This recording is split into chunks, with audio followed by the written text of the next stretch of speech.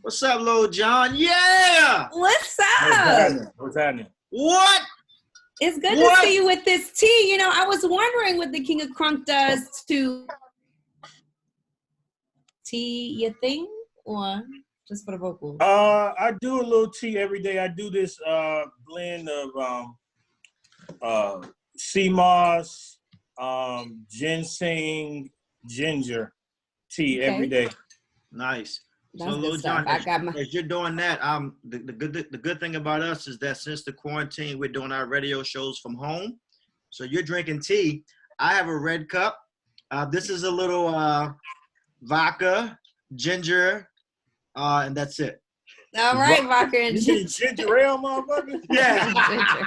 He likes the bold ginger ale. I had to make That's it. funny. I had to make it sound better. I didn't want to say ginger ale, so it's. I got a little tea, some black elderberry. I hear you with this with the Okay. sea moss. Yeah, I do We gotta elderberry take every day. So too. fill Gotta us take in, care man. of Of course, ourselves. Sex Beat, the new single right now. Yourself, Luda, Usher, y'all done it again. We trying, man. We trying. Thanks to the people out there. That's the only reason it's out. You know what I mean?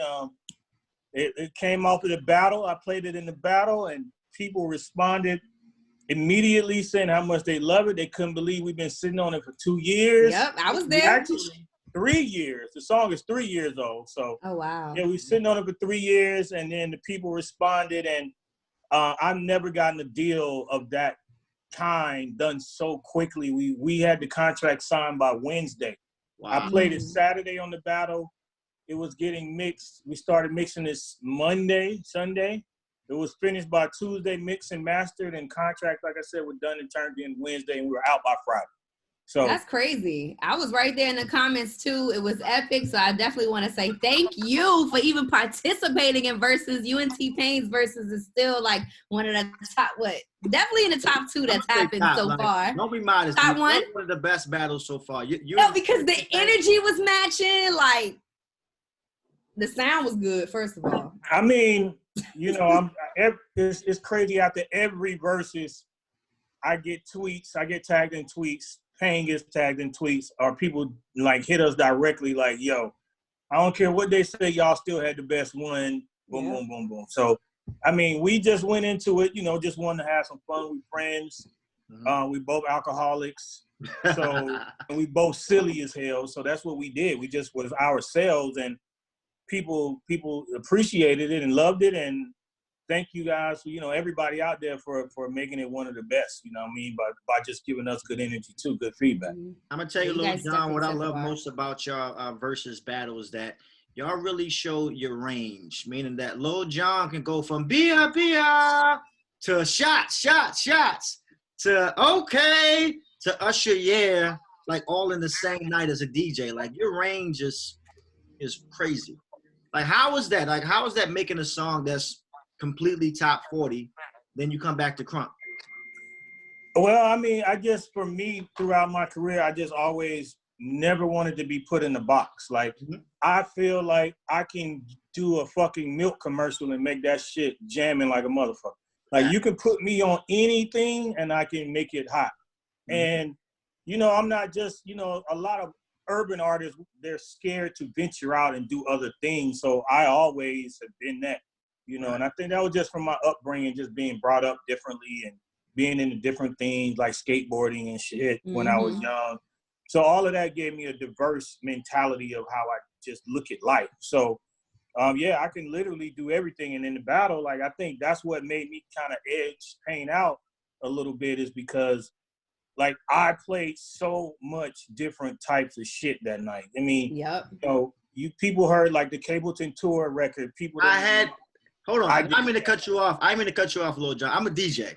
And I've been playing Cableton Tour since the 90s, like since that record dropped. I had no idea you produced that. I mean, you know, that's part of DC's on that record. You know of course. I mean? You know? So I remember doing that. Yeah, we did that in like 95, man. So I've literally, that's another thing that when I went into the battle and studying all of Pain's records and going through all of my stuff, because like people had to remind me, you know, like I might talk to somebody on my team this day or that day, and they reminded me about stuff I forgot about. I was like, shit, I forgot all about this and I forgot about that. But that reminded me, I've literally had a hit in the last 3 decades. You know, since the 90s, I've had a hit record in those last 3 decades. Yes, Now, one thing that also came out of, you know, the verses, we all saw the chemistry that you and T-Pain have, and then they were like, oh, we going on tour after this, and then somebody else said something about a crunkchella, so I'm just like, well, what can we do? What would that even look like, a crunkchella? Well, it'll be like, you know, it'll be basically like what we said that night, T-Pain, Lil Jon, and friends. Like, we'll bring some of the people that we, you know, collaborated with, and we'll just go, like, I would make it like a DJ set where we literally are going back and forth, doing hits back to back, just kind of like that battle, and just giving people some crazy energy that they ain't seen 2-3 hours straight of just rocking. Ain't no damn intermission. We going hard. Y'all gonna leave us sweaty. Yeah, girls, wear your sneakers. You know what I mean? I can vouch. A lot of people might not know Lil Jon is an amazing artist, amazing producer and all that, but he's also an amazing DJ. Like, I've heard you DJ a while ago, and I said, okay, I see what he's doing there. You got skills, bro. I'm trying, and I'm showcasing those pretty much now every week too. On I'm not really doing IG Live like that. I put it up on live, but IG Live is limiting me from doing, like, I'm a vision kind of guy. I want it to be larger than life. So my visuals and my shit looks like the club. Like, you turn on my set on Facebook or YouTube or Twitch, and you're gonna actually feel like you're in the club, from the mixes to even the visuals. So y'all can check me out, anybody out there, liljonlive.com. It'll let you know whenever I'm going up. I'm probably gonna go up, well, I go up every Saturday now. I did last Saturday, and everybody was like, you gotta do this every Saturday.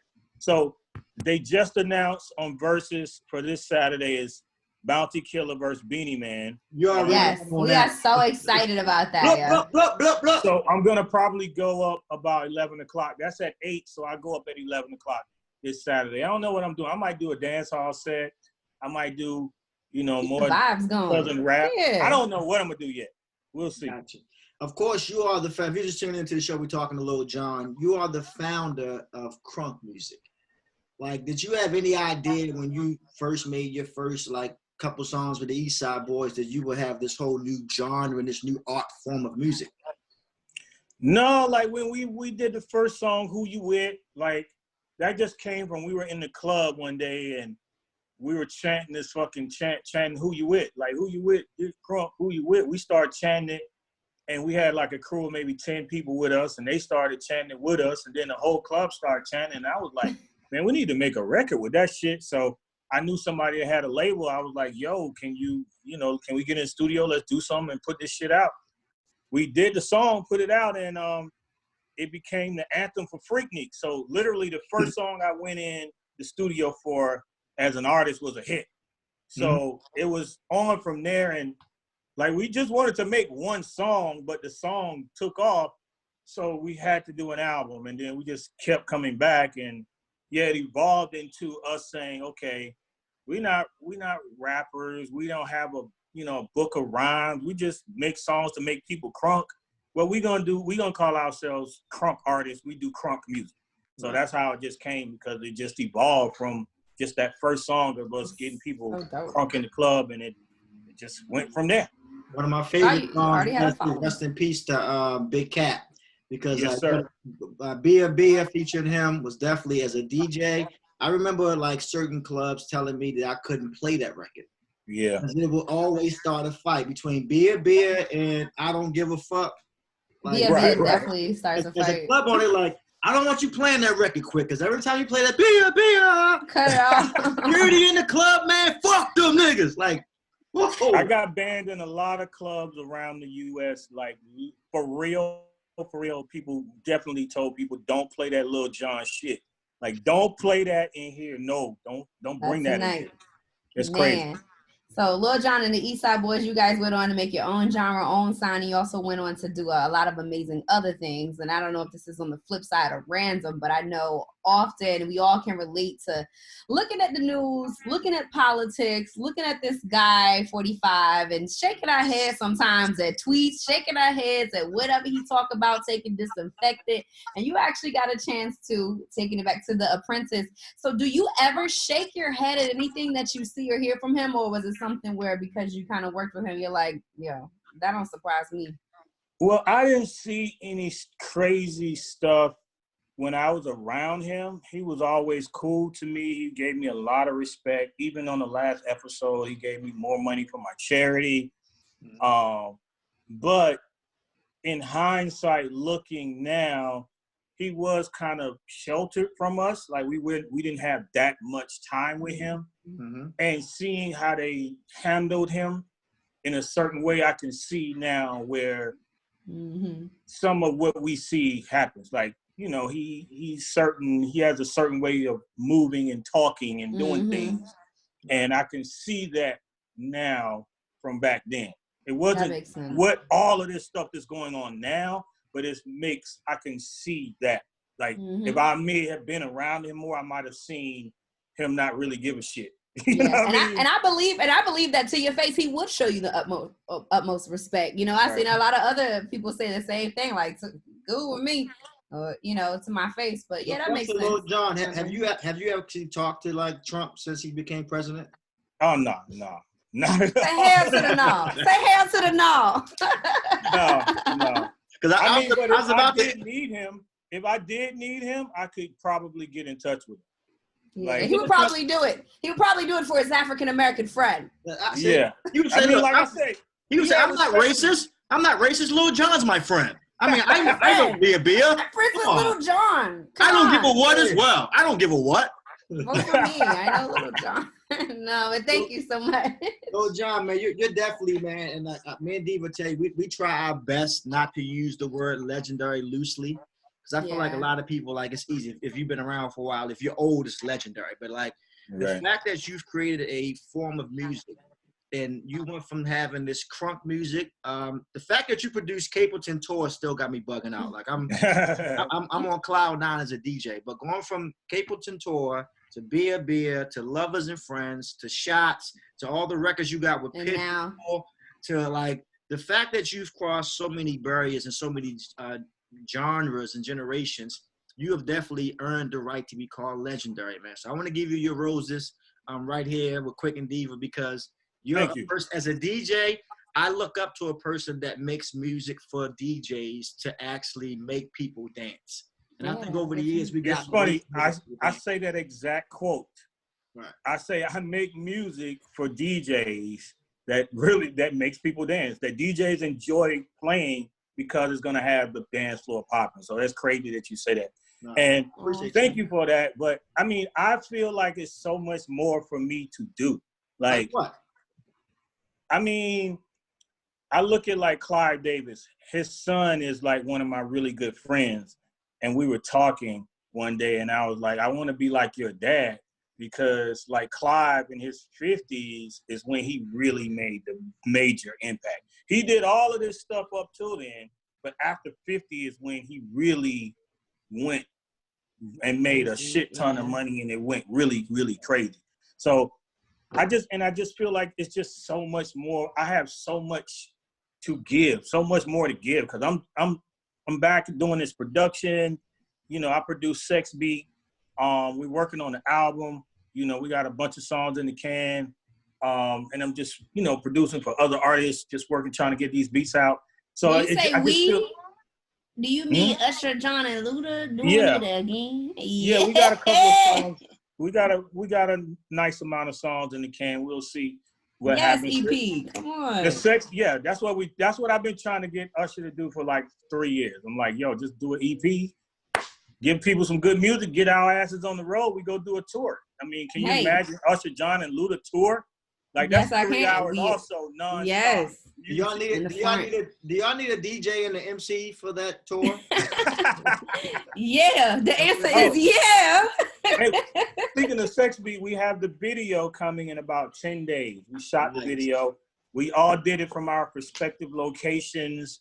We got some really hot girls in it, and it captures the energy and the essence of what the song is. So it's very sensual and sexy. And that drops about 10 days. About 10 all days. right. Less than 2 weeks. Well, Usher, John, and Luda had to do it again. We want to say thank you so much, Thank you, John. Of course, man, like I say, keep doing what you're doing, man. And right now, during this whole quarantine, if you could say something to somebody right now, because a lot of people are going through it mentally. I always said this crisis is bigger than just the virus. This is something that's taking the mental toll and financial toll on all of the world. What would Lil Jon say to somebody right now that's mentally going through it because they're just tired of being stuck in the house, and just to motivate them to go?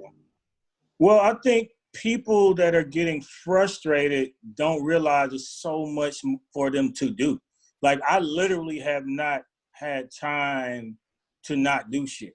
Like, I've had something to do every day or every other day for the last 3.5 months. It's been something to do, but you have to pay attention and step back and be like, okay, what can I do?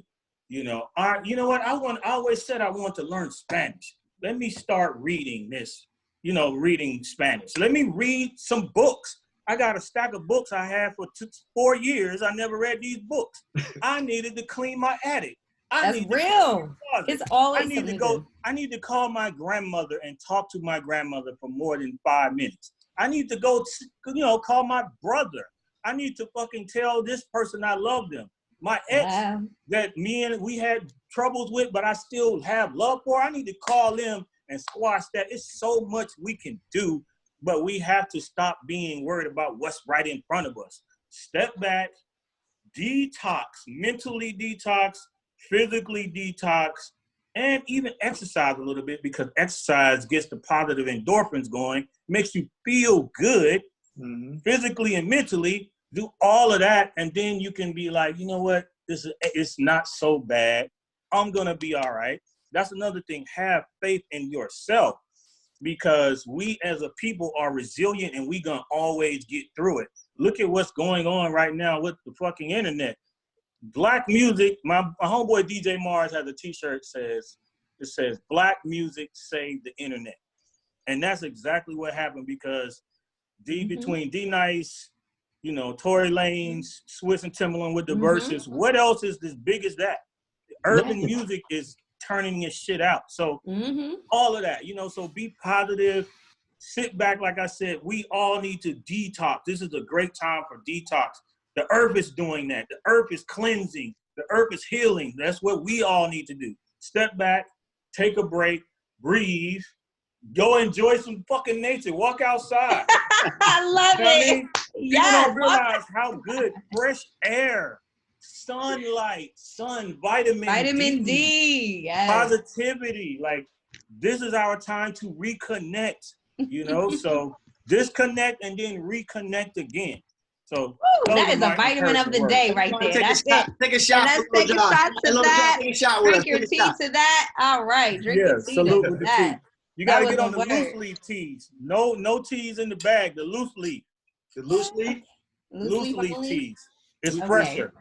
All right. Yeah. And then my the teas in the bag be having plastics and shit, because of the bags it's in and whatever the fuck. Yeah. So get your own. Just do your own loose leaf teas. Thank you. Or powder. I've seen some of those too. You put me on a game. I'll try that one, brother. Powder tea. Yes. All right. Well, thank you so much. We really appreciate it. Yes, and we're looking forward to that video dropping. Yes, next few days. It's coming. I'm waiting on the rough cut. I should have it tomorrow. Okay. Damn. Let's get it, Lil Jon, ladies and gentlemen, the legendary, the one and only. Man, send it to Quick and Diva, man. We need the exclusive video or something. Come on. Got you. All right, let's see. We make it back to DC, man. All right, for sure. Be safe, man. Thank you.